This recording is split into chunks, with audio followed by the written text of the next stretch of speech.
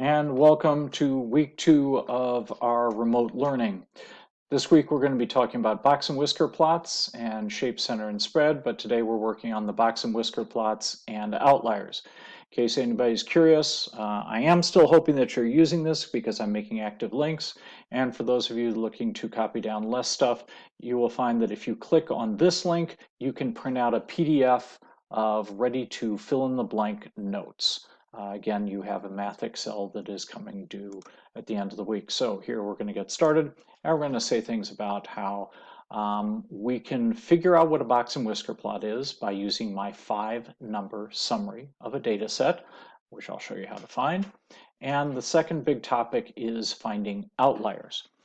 Normally you'd have to do the box and whisker plot both by hand and by using a graphing calculator, but well, in our situation, we're just going to use the graphing calculator. Math Excel due on Friday at 1 o'clock, and keep in mind that you want to be keeping notes on this so that you are able to do things. So here we go. Getting started. Comparing data sets. It's more than just mean, median, and mode. We're going to add a couple more terms here. And we're going to say that the first one we're going to talk about is going to be range. You find that by, well, you're going to put your data in order, and you're going to go from max minus your minimum. So we're now going to say, okay, going from least to greatest, max minus min gets me 9 at this data set that I've got here. Next, quartile. Now the root of quartile is of course quarter, or well, in 4 sections, so I'm going to find the 3 values that separate the data into 4 equal parts. We do that as we've got my data set up here. How am I going to find my quartiles? Well, you've got your median, which is just halfway between the top half and the bottom half. And then what I can do is I can further separate this into, well, what would half of my lower half look like? Well, that's this part in here, or half of my upper half, and that this is this value in here. Now, if it doesn't fall in an individual value, once again, you can do the same thing we did with the median, where you just add the 2 values up and you divide by 2. The last one is called the interquartile range. Big fancy word we many times will just abbreviate as IQR. This will come in handy for what we're doing next. It's just Q3 minus Q1. Okay, Q3 minus Q1. So in this case, it's going to be 19 minus 12, which is going to get me 7. Now, interquartile range will come in handy for finding the next thing, which is outliers. Now, many of you, I'm sure, have dealt with outliers in the past, and you've, I'm hoping, heard that term before.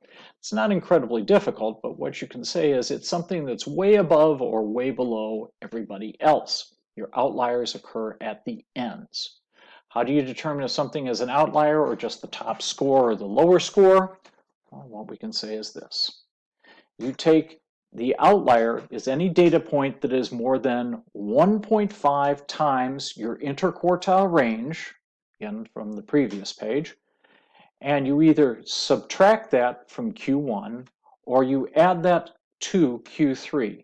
If you have values that are below this value minus the 1.5 times IQR or above Q3 plus 1.5 times IQR, then you've got an outlier. So let's see how that might look in a natural problem. Here's my data set, okay? And for the sake of time and energy, what I'm going to do is I'm going to say, okay, my data set, I'm just going to put it in order, and I've got that already down there. Next, what I need to do is I need to figure out what is my Q1, Q2, and Q3. So I'm going to start off here, and I'm going to say, all right, there's my median. Okay. Then I've got my lower quartile and my upper quartile. And I just need to say, okay, my IQR will be 73 minus 59. And 73 minus 59 is just going to give me 14. So if I take 1.5 times my IQR, I'm going to be looking at a value of 21.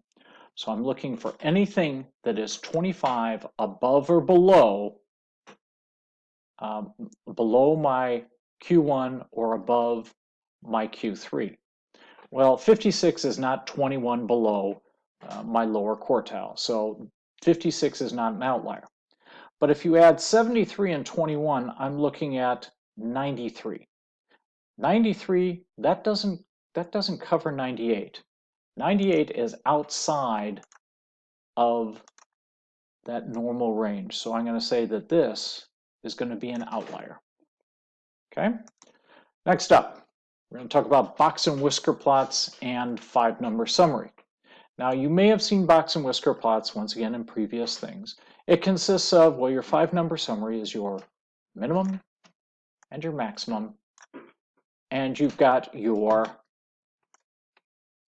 lower quartile, your median, and your upper quartile. And what this does is when we're constructing a box and whisker plot, my minimum is going to be at this point, my maximum is going to be here. And then my 3 quartiles, 1, 2, and 3, I just draw vertical lines at those points. And then I draw a horizontal line connecting minimum in Q1 and my maximum in Q3, and then draw a box across the top there. That's your box and whisker plot. Okay, and you can do this with a ton of different data sets. One of the things you're going to have to make sure that you do, though, is you've got some sort of scale running across the bottom so that the person that's looking at the data set can say, hey, that kind of makes sense. You can do it for algebra scores, attendance, or pretty much anything.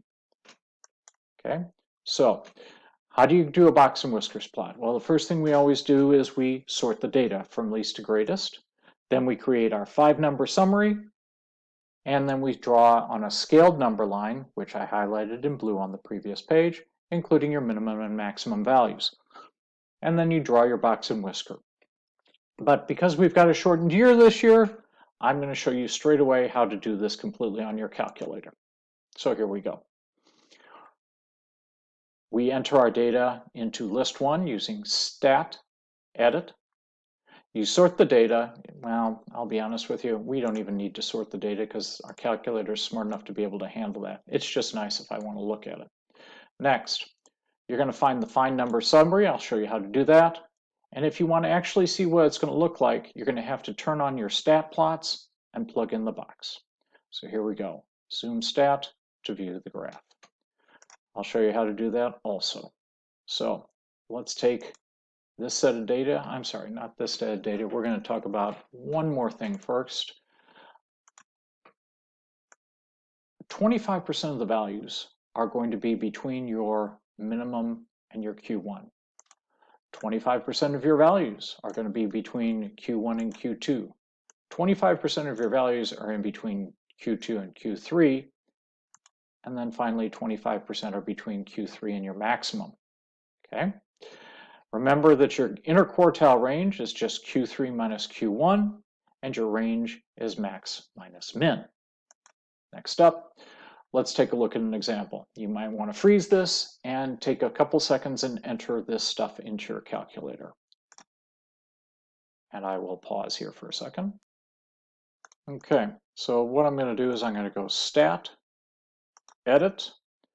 I've got some things in there I want to clear out, so I hit the up arrow to highlight L1, and then I clear it out, and then down arrow.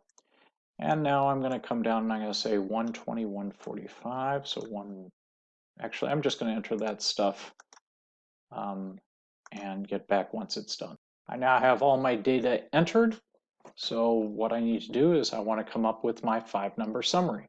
I do that by hitting Stat, and I'm going to hit Calculate. So I hit the right arrow. One variable stats is what I'm looking for. And it's going to say, hey, do you want this stuff? And I'm going to say, yes, I want it from L1. And I keep hitting enter till I get it to do the calculation. Here is your mean, your X bar. This is stuff we'll run into a little bit later on, but let's scroll to the bottom And you can see I've got my 5-number summary here. Here's my median, which is my Q2. I've got my minimum, I've got my maximum, then I have Q1 and Q3 right there. So I could now go ahead and take some time and sketch something, and I clearly have to come up with a scale that's going to run from about 100 to 150, and I'll probably go up by tens and then estimate where these values go. If I want to check my work, I'll show you how to do that. Give me a second. We're going to turn on the stat plot, so I want you to go second, y equals, puts on stat plots, and I'm now going to say, all right, I want to have that on, so I highlight it there. And I also want it to be, instead of the normal graph, which would be like this, I want to actually have the box and whisker graph, which you will find in here.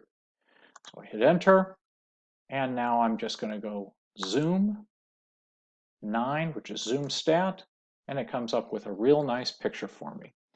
Better yet, you can actually trace this and say, well, if I trace, it gives me my median, my lower quartile, my minimum, and I can go up to my maximum there. Okay. All right. Well, let's do one more example. Okay. Here you've got a situation where 59 tornadoes hit Oklahoma, largest tornado outbreak, and blah, blah, blah, blah. They've got all kinds of data. All right. Let's get to the brass tacks here. It says, please make a box and whisker plot for the length of the path. Well, the length of the path is just this stuff here. So I really don't need to worry about whether it was an F1, F2, F3, F4, whatever. I just need to enter this data into my calculator. So let's take a second and do that. Okay, I've got my data entered and I'm ready to come up with my 5-number summary. I do that by going quit, stat, calculate, one variable stats, and I activate the calculate mode. Again, I don't care about this top stuff, so I'm going to just scroll down to the bottom and I can say my minimum, my lower quartile, my median, my upper quartile, and my maximum. Once again, I can hit zoom 9 and it will draw me a really nice graph here. So hopefully box and whisker plots are okay. Be careful, shoot me emails if you need to, but at this point, all I've got to say to you folks is it's now time for you to see what you can do about getting to work on your Math Excel. Good luck and talk to you a little bit later.